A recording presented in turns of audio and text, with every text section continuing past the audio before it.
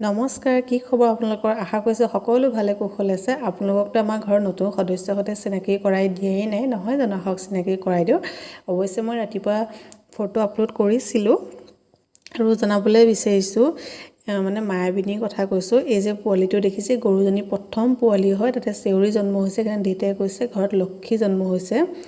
আৰু এয়া জন্ম হৈছে যোৱাকালি 12টা বজাৰ পিছত দুপৰীয়া। কিন্তু দুখৰ খবৰ, মায়াবিনী জন্ম হোৱা সময়ত আমি ঘৰত নাছিলোঁ। মানে আমি হিয়াৰ আমঠু জুবিনদাৰ সপোনৰ চিনেমা ৰৈ বিনাল এখন চাবলৈ গৈছিলোঁ। আহি পাওঁতে দেৰিয়ে হ'ল, গধূলি হ'ল, আন্ধাৰ হ'ল। তেতিয়া পেহীয়ে ক'লে নহয় আমাৰ গৰু পোৱালি এটা জন্ম হ'ল। মই কৈছোঁ মিছা কথা কৈছে দেই, নহয় বোলে সঁচা। ৰাতি হ'ল কাৰণে চাব আহিব নোৱাৰিলোঁ। তাৰপৰা ৰাতিপুৱা চালোঁহি, ইমানেই মৰম লগা, ইমান ধুনীয়া, চাওকচোন।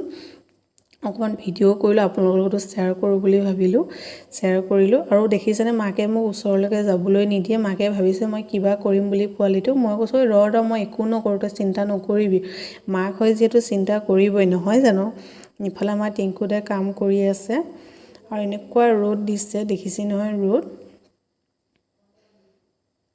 আৰু আমাৰ হয়, এতিয়া আপোনাক জনাব দেই আমাৰ মায়াবিনীক কেনেকুৱা লাগিছে। আৰু মই যে ভিডিঅ'টো বহুত ভয়ে ভয়ে কৰিছোঁ, কাৰণ মাকে মোক খুচিবলৈ আহি আছে, ভয়ো লাগিছে ওচৰলৈ যাবলৈ। কেনেকুৱা লাগিলে জনাব দেই ভিডিঅ'টো।